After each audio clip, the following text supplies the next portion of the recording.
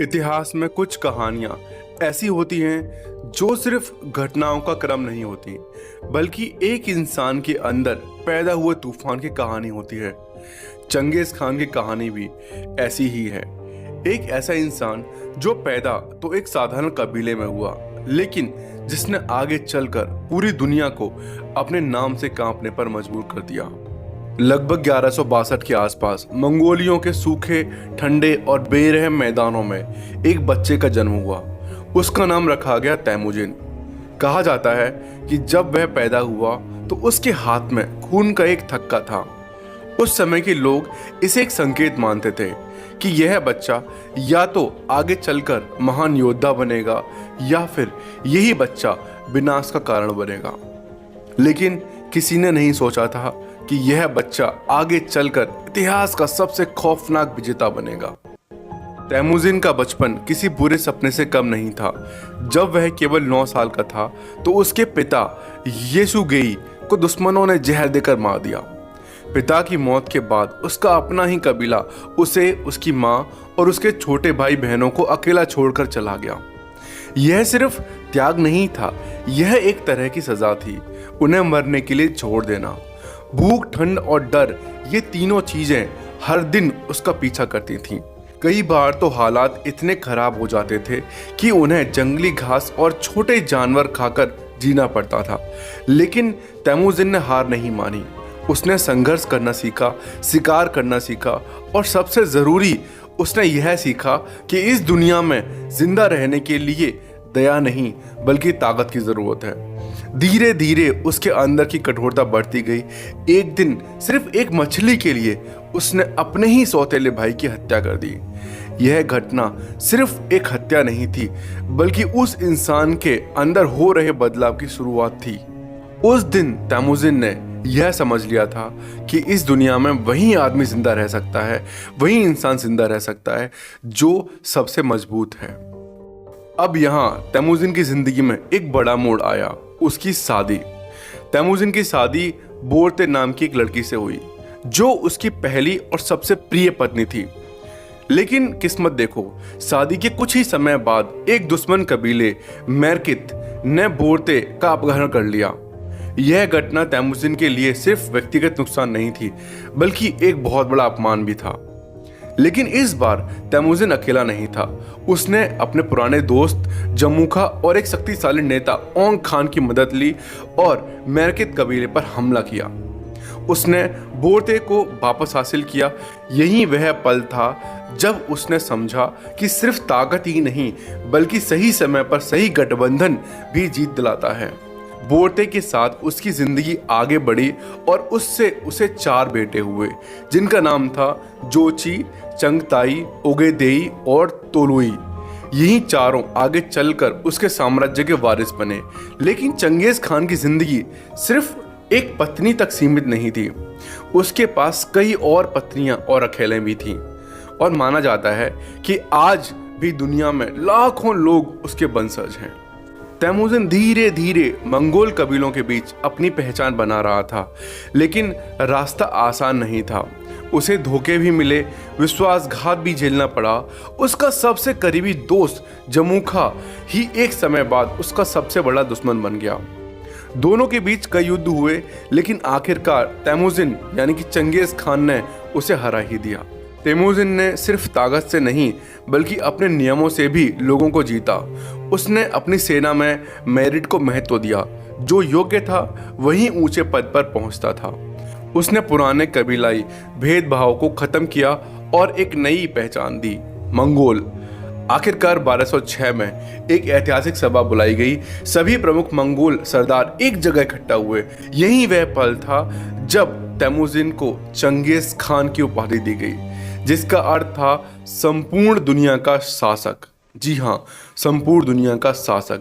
यह सिर्फ एक नाम नहीं था, यह एक शुरुआत थी एक ऐसे तूफान की जो अब पूरी दुनिया को अपनी चपेट में लेने वाला था। उस दिन एक अनाथ बच्चा खत्म हुआ और एक साम्राज्य का जन्म हुआ। 1206 में जब तैमुजिन चंगेज खान बना, उस दिन सिर्फ एक इंसान को उपाधि नहीं मिली थी, बल्कि एक ऐसे तूफान को जन्म मिला था जो अब पूरी दुनिया को अपनी चपेट में लेने वाला था। इसके बाद जो हुआ वह सिर्फ युद्ध नहीं थे, वह योजनाबद्ध विनाश था। चंगेज खान ने सबसे पहले अपने आसपास के छोटे छोटे कबीलों और राज्यों को खत्म करना शुरू कर दिया, लेकिन उसका असली लक्ष्य था चीन। उस समय चीन कई हिस्सों में बटा हुआ था और यह उसके लिए एक बड़ा मौका था। 1206 से लेकर अगले कई सालों तक उसने तांगुस साम्राज्य और फिर जिन राजवंश पर लगातार हमले किए। 1215 में जब उसकी सेना ने बीजिंग पर कब्जा किया तो यह साफ हो गया कि अब मंगोल सिर्फ धुमंतु योद्धा नहीं रहे, वे एक विश्व शक्ति बन चुके हैं। लेकिन चंगेज खान की असली ताकत सिर्फ उसकी सेना नहीं थी, उसकी सोच भी थी। वह जानता था कि हर युद्ध लड़कर नहीं जीता जा सकता, कुछ युद्ध डर से भी जीते जाते हैं। इसलिए उसने एक ऐसी रणनीति अपनाई जो इतिहास में पहली बार इस स्तर पर देखी गई थी। अगर कोई शहर बिना लड़े आत्मसमर्पण कर देता चंगेज खान के सामने तो उसे छोड़ दिया जाता था, लेकिन अगर किसी ने विरोध किया चंगेज खान का तो उस शहर का नामो निशान मिटा दिया जाता था। धीरे धीरे यह खबर फैलने लगी कि मंगोलों के खिलाफ खड़े होने का मतलब है पूरी तबाही, पूरा विनाश। नतीजा यह हुआ कि कई शहर बिना लड़े ही झुक गए। चंगेज खान ने डर को अपना सबसे बड़ा हथियार बना लिया था। इसके बाद उसका ध्यान मध्य एशिया की ओर गया। 1218 में उसने ख्वारिज्म साम्राज्य की तरफ रुख किया। शुरुआत में यह एक व्यापारिक विवाद था, लेकिन जब वहां के शासक ने मंगोल व्यापारियों को मरवा दिया तो चंगेज खान का गुस्सा फूट पड़ा। उसने कसम खाई कि वह उस साम्राज्य को जड़ से उखाड़ देगा और उसने वही किया। उसकी सेना ने समरकंद, बुखारा और उरगेंच जैसे बड़े बड़े शहरों को घेर लिया। शहरों को जलाया गया, लोगों को कत्ल किया गया और जो बचे उन्हें अपना गुलाम बना लिया गया। कहा जाता है कि कुछ शहरों में इतनी हत्याएं हुई कि नदियों का पानी तक लाल हो गया था। लेकिन चंगेज खान का एक और काला सच था जो अक्सर छिपा दिया जाता है। हर जीत के बाद वह दुश्मन के परिवारों को भी अपने कब्जे में ले लेता था। खासकर सुंदर औरतों को वह अपने हरम में शामिल कर लेता था और उन्हें अपनी रानियों में बदल देता था। यह सिर्फ उसकी इच्छा नहीं थी बल्कि एक रणनीति भी थी। इससे वह जीते हुए लोगों पर अपना पूरा अधिकार स्थापित करता था। उसकी कई पत्नियां और रखेल अलग अलग कबीलों और राज्यों से आई थीं और यही कारण है कि आज भी दुनिया में लाखों लोग खुद को उसका वंशज मानते हैं। उसकी सेना की रणनीति भी अनोखी थी। मंगोल सैनिक घोड़ों पर सवार होकर इतनी तेजी से चलते थे कि दुश्मन को समझ ही नहीं आता था कि हमला कहां से हुआ है। वे चलते चलते तीर चलाते थे और जरूरत पड़ने पर कई दिनों तक बिना रुके लड़ सकते थे। उनके पास भारी हथियार या सामान नहीं होता था जिससे उनकी गति बनी रहती थी। इतना ही नहीं, चंगेज खान ने युद्ध में मनोवैज्ञानिक और जैविक हथियारों का भी इस्तेमाल किया। वह दुश्मनों की सड़ी गली लाशों को शहर के अंदर फिकवा देता था जिससे वहां बीमारी फैल जाए और लोग खुद ही हार मान लें। यह उस समय के लिए बेहद खतरनाक और नई रणनीति थी। लेकिन उसकी क्रूरता की सबसे भयानक कहानी है निसापुर का नरसंहार। जी हाँ, 1221 में जब उसकी सेना निसापुर पहुंची तो वहां एक घटना हुई जिसने पूरे शहर की किस्मत बदल दी। एक तीर, बस एक तीर चलाया गया और वह तीर चंगेज खान के दामाद को जाकर लग गया जिससे उसकी मौत हो गई। जब यह खबर उसकी बेटी तक पहुंची तो वह पागल हो गई। उसने सिर्फ एक आदेश दिया कि निसापुर में एक भी इंसान जिंदा नहीं बचना चाहिए। अब चंगेज खान ठहरा पागल इंसान। इसके बाद जो हुआ वह इंसानियत के इतिहास का सबसे काला अध्याय बन गया। मंगोल सेना ने शहर पर हमला किया और हर एक व्यक्ति को मार दिया, चाहे वो मर्द, औरत, बच्चे, यहाँ तक कि जानवरों को भी नहीं छोड़ा। कोई नहीं बचा इस शहर में। लेकिन यह सब यहीं खत्म नहीं हुआ। इसके बाद मारे गए लोगों की खोपड़ियों को अलग अलग करके उनके ढेर बनाए गए। मर्दों की अलग, औरतों की अलग, बच्चों की अलग। इन खोपड़ियों के मीनार बनाए गए जो यह दिखाते थे कि मंगोलों के खिलाफ जाने का अंजाम क्या होता है। यह सिर्फ बदला नहीं था, यह एक संदेश था कि धीरे धीरे चंगेज खान का साम्राज्य फैलता गया। उसकी सेना रूस तक पहुंच गई, क्राइमिया तक चली गई और एशिया के बड़े हिस्से पर उसका कब्जा हो गया। उसका साम्राज्य इतना विशाल हो चुका था कि वह इतिहास का सबसे बड़ा भूमि साम्राज्य बन गया। लेकिन जितनी तेजी से वह ऊपर चढ़ा, उतनी ही तेजी से एक सवाल भी उठने लगा, क्या यह साम्राज्य हमेशा टिकेगा या एक दिन अपने ही बोझ तले ये टूट जाएगा। जब चंगेज खान अपने जीवन के अंतिम वर्षों में पहुंचा, तब तक वह सिर्फ एक विजेता नहीं रहा था, वह एक चलता फिरता साम्राज्य बन चुका था। उसका नाम सुनते ही शहर खाली हो जाते थे, राजा बिना लड़े घुटने टेक देते थे और उसकी सेना जहां से गुजरती थी वहां सिर्फ धूल और खामोशी ही बचती थी। लेकिन उसकी ताकत सिर्फ उसकी तलवार में नहीं थी, उसकी सोच में भी थी। वह अपने दुश्मनों को सिर्फ हराता नहीं था, उन्हें तोड़ देता था, शारीरिक रूप से भी और मानसिक रूप से भी। एक बार जब वह एक कबीले के खिलाफ युद्ध लड़ रहा था, तभी एक तीर तेजी से आया और उसके गले में जा लगा। यह एक ऐसा पल था जहां एक पूरी सेना का हौसला टूट सकता था। अगर यह खबर फैल जाती कि उनका नेता घायल हो गया है, तो युद्ध का रुख पलट सकता था।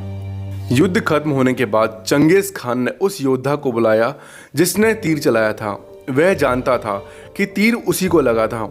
जब वह योद्धा उसके सामने आया तो उसने बिना डरे कहा, मुझे पता है कि मेरा तीर आपको लगा था। अगर आप चाहें तो मुझे सजा दे सकते हैं, लेकिन अगर आप इसे मेरे कर्तव्य के रूप में देखें तो मैं आपकी सेवा करने के लिए तैयार हूँ। चंगेज खान ने उसे माफ कर दिया और उसे अपनी सेना में शामिल कर दिया। यह सिर्फ दया नहीं थी, यह उसकी सोच थी। चंगेज खान ताकत को पहचानता था, चाहे वह दुश्मन में ही क्यों ना हो। अपने जीवन के अंत तक उसका साम्राज्य इतना विशाल हो चुका था कि उसे संभालना भी एक चुनौती बन गया था। उसके अपने बेटों जोची, चंगताई, ओगेदेई और तोलुई के बीच साम्राज्य को बांटने की योजना बनाई।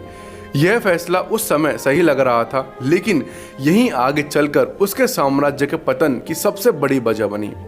1227 में जब वह पश्चिमी शिया यानी टेंगट एम्पायर के खिलाफ एक और अभियान चला रहा था, तभी चंगेज खान की मृत्यु हो गई। उसकी मौत कैसे हुई, यह आज भी एक रहस्य है। कुछ लोग कहते हैं कि वह घोड़े से गिरकर घायल हुआ, कुछ लोग कहते हैं कि वह बीमारी से मरा, और कुछ कहानियां यह भी कहती हैं कि उसे युद्ध में लगी चोटों ने खत्म कर दिया। लेकिन उसकी मौत से भी ज्यादा रहस्यमय थी उसकी अंतिम इच्छा। जी हाँ, उसकी लास्ट विश। उसने आदेश दिया था कि उसकी मौत को गुप्त रखा जाए। और उसकी कब्र का स्थान किसी को भी पता ना चले। जब उसकी लाश को मंगोलिया की पहाड़ियों की ओर ले जाया गया, तो रास्ते में आने वाले हर इंसान को मार दिया गया, चाहे वह एक चरवाहा हो या एक मासूम बच्चा, सिर्फ इसलिए ताकि कोई भी यह ना जान सके कि यह अंतिम यात्रा किसकी है और कहां जा रही है। लेकिन असली खौफ तो उसके दफनाने के बाद शुरू हुआ। कहा जाता है कि जिन सैनिकों ने चंगेज खान को दफनाया था, उन्हें भी बाद में मार दिया गया, और फिर उन सैनिकों को मारने वाले सैनिकों को भी मार दिया गया, यानी सभी सैनिकों को खत्म कर दिया गया। यह एक ऐसा चक्र था, यह एक ऐसी स्ट्रेटजी थी जिसमें कोई भी जिंदा नहीं बचा, ताकि यह रहस्य हमेशा के लिए दफन हो जाए। इसके बाद उस जगह पर हजारों घोड़ों को दौड़ाया गया ताकि जमीन पर कोई भी निशान न बचे। कुछ कहानियां यह भी कहती हैं कि उस इलाके में एक नदी का रुख तक बदल दिया गया था ताकि पानी के नीचे सब कुछ हमेशा के लिए छुप जाए। यानी अभी तक चंगेज खान की जो कब्र है वो अभी तक एक राज है। आज सैकड़ों साल बाद भी दुनिया के सबसे बड़े वैज्ञानिक और खोजकर्ता उसकी कब्र को नहीं ढूंढ पाए। वह इंसान जिसने पूरी दुनिया को अपने कदमों के नीचे झुका दिया, आज खुद धरती के नीचे कहीं गुमनाम है। लेकिन उसकी मौत के साथ ही उसका साम्राज्य भी धीरे धीरे टूटने लगा। उसके बेटे और पोते आपस में लड़ने लगे। साम्राज्य 4 बड़े हिस्सों में बंट गया: गोल्डन हॉर्डे, खनाते, चगाती खनाते और युआन डायनेस्टी। शुरू में ये सब एक ही छत के नीचे थे, लेकिन धीरे धीरे ये एक दूसरे से अलग हो गए। कुबलई खान के समय में साम्राज्य अपने चरम पर था, लेकिन उसकी मौत के बाद कोई ऐसा नेता नहीं आया जो पूरे साम्राज्य को एक साथ रख सके। अंदरूनी लड़ाइयाँ, सत्ता की लालच और अलग अलग हिस्सों की स्वतंत्रता ने इस विशाल साम्राज्य को धीरे धीरे खत्म कर दिया। 1368 तक चीन से मंगोलों को बाहर कर दिया गया। बाकी हिस्से भी समय के साथ कमजोर होते गए और अंततः इतिहास के पन्नों में सिमट कर रह गए। आज मंगोलिया एक छोटा सा देश है, लेकिन उसका इतिहास इतना विशाल है कि उसे नज़रअंदाज नहीं किया जा सकता। कहा जाता है कि आज भी दुनिया में लगभग 1.6 करोड़ लोग चंगेज खान के वंशज हैं, यानी वह इंसान जिसने मौत और डर से दुनिया को जीता, आज भी कहीं ना कहीं लोगों के खून में वह जिंदा है। चंगेज खान एक नाम जो एक साथ दो तस्वीरें दिखाता है, एक महान विजेता की और एक निर्दयी विनाशक की। अब फैसला आपका है कि वह इतिहास का सबसे बड़ा हीरो था या सबसे खतरनाक विलन। दोस्तों, अगर आपको ये डॉक्यूमेंट्री अच्छी लगी हो तो चैनल को सब्सक्राइब करो, वीडियो को लाइक करो। मिलेंगे हम अगली बार अगली वीडियो में किसी और ऐसी ही ऐतिहासिक जबरदस्त डॉक्यूमेंट्री के साथ। तब तक के लिए धन्यवाद।